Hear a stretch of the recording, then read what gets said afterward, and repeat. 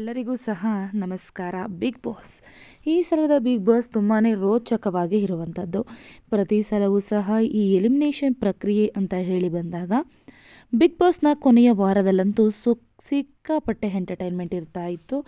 ವಾರ ಮಧ್ಯದಲ್ಲಿಯೇ ರಾತ್ರೋರಾತ್ರಿಗೆ ಎಲಿಮಿನೇಟ್ ಮಾಡಿ ಸದಸ್ಯರನ್ನು, ಮನೆಯಲ್ಲಿರುವಂತಹ ಅಭ್ಯರ್ಥಿಗಳನ್ನು ಹೊರಗಡೆ ಕಳಿಸುವಂತಹ ಕೆಲಸವನ್ನು ಮಾಡ್ತಾಯಿದ್ರು. ಆದರೆ ಈ ಸಲದ ಬಿಗ್ ಬಾಸ್ ಈ 11 ಸೀಸನ್ಗಳೇನಿದ್ದಾವೆ ಅವೆಲ್ಲವನ್ನು ಸಹ ಮೀರಿಸುವಂತಹ ಒಂದು ಸೀಸನ್ ಅಂತಲೇ ಹೇಳ್ಬೋದು. ಯಾಕೆ ಅಂತ ಅಂದರೆ ಈ ಸಲದ ಬಿಗ್ ಬಾಸ್ 3ನೇ ವಾರಕ್ಕೆ ಫೈನಲ್ ನಡೆಯುತ್ತೆ, 2 ಫಿನಾಲೆ ನಡೆಯಲಿವೆ ಅಂತ ಹೇಳಿ ಕಿಚ್ಚ ಸುದೀಪ್ ಅವರು ಹೇಳಿರುವಂಥದ್ದು.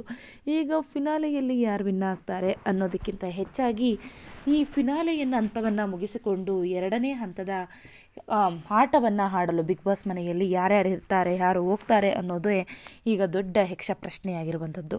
ಈಗ ಮಿಡ್ ವೀಕ್ ಎಲಿಮಿನೇಷನ್ ಬಂದಾಗ ಜಾನ್ವಿ ಅವರು, ಹಾಗೆಯೇ ಧನುಷ್ ಅವ್ರನ್ನ, ರಕ್ಷಿತಾ ಅವರನ್ನು, ಸತೀಶ್ ಅವರನ್ನು, ಮಂಜು ಭಾಷಿಣಿ ಅವರನ್ನು ಈಗ ಅವರು ಮನೆ ಜನರು ಔಟ್ ಮಾಡ್ತಾ ಇರುವಂಥದ್ದು.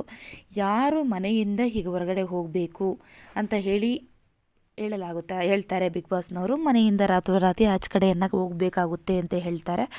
ಆಗ ಸರಿ ಆಯಿತು ಅಂತ ಹೇಳಿ ಬಂದಾಗ ಒಂದು ಫೋಟೋ ಸೆಟಪ್ ಇರುತ್ತೆ.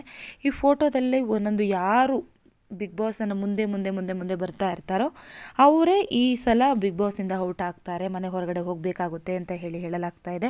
ಈಗ ಸದ್ಯದ ಮಾಹಿತಿ ಪ್ರಕಾರ ಮಿಡ್ ವೀಕ್ ಎಲಿಮಿನೇಷನ್ ಬಂದು ಮಂಜು ಭಾಷಿಣಿಯವರಾಗಿದ್ದಾರೆ ಅಂತ ಹೇಳಲಾಗ್ತಾ ಇದೆ.